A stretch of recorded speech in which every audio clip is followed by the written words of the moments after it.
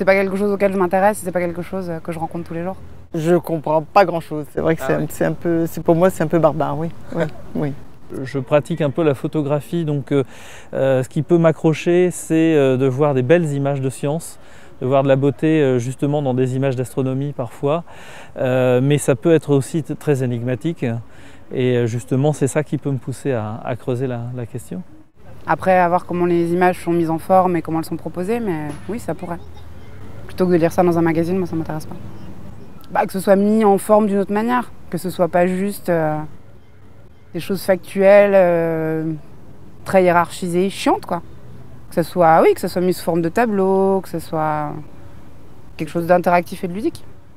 Ça me parle pas assez parce que je vois pas en fait, au premier abord, je sais pas ce que c'est, donc.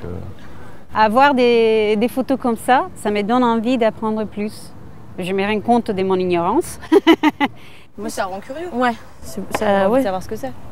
Après, en étant complètement néophyte en sciences, il faudrait vraiment beaucoup d'explications pour qu'on rentre et qu'on voit vraiment. Ouais, forcément, ça intrigue. Ouais. L'image en elle-même, pour moi, elle est scientifique, mais effectivement, il y a un côté graphique et il y a un côté esthétique qui peut être exploité dans le monde, entre guillemets, de l'art, quoi.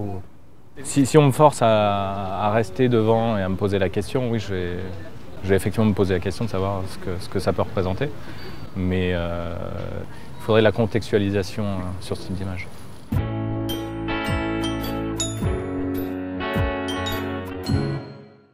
Plutôt la presse, mais que je consulte via Internet.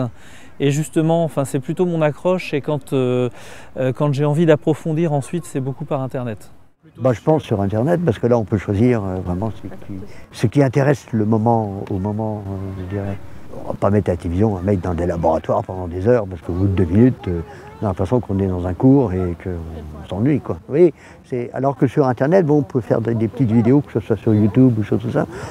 Quelquefois, je me trouve, c'est sur Internet que je veux trouver un film, en vidéo de quelque chose qui ça peut m'intéresser. Et après qu'on voit on trouve les autres. Moi, ce sera plus de la vidéo courte ou du documentaire. Enfin, sur les choses scientifiques, j'ai besoin d'images, effectivement, ouais.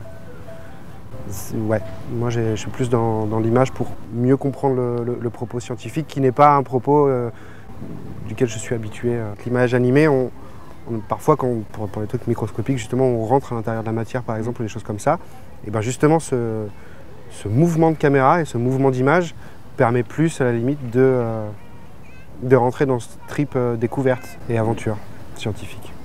Dans la presse, non, on n'en voit pas beaucoup. Il faut vraiment des magazines spécialisés ou oui. Il n'y en a peut-être pas assez en fait sur Internet, etc. Enfin, en tout cas sur les sites d'actualité, par exemple, ou autres. Je pense qu'on n'en parle pas assez en fait.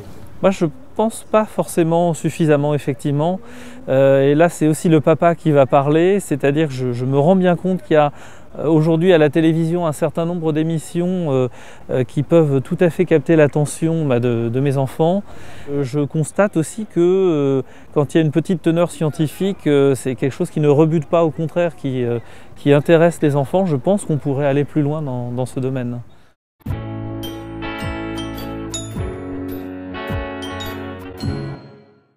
La dernière image de science qui m'a marqué, en fait, c'est par rapport à mon travail. J'ai vu un jeune homme avec une tumeur au cerveau. Et en fait, j'ai pu voir ce qu'était une tumeur sur des radios. Et j'ai trouvé ça fascinant, mais en même temps, c'est angoissant. Les images qu'on peut voir dans nos livres de biologie, ou un chromosome, ou des choses comme ça. Les dessins animés qui vulgarisaient la science, que j'adorais. Toutes les images des télescopes Hubble, tout ça, du cosmos.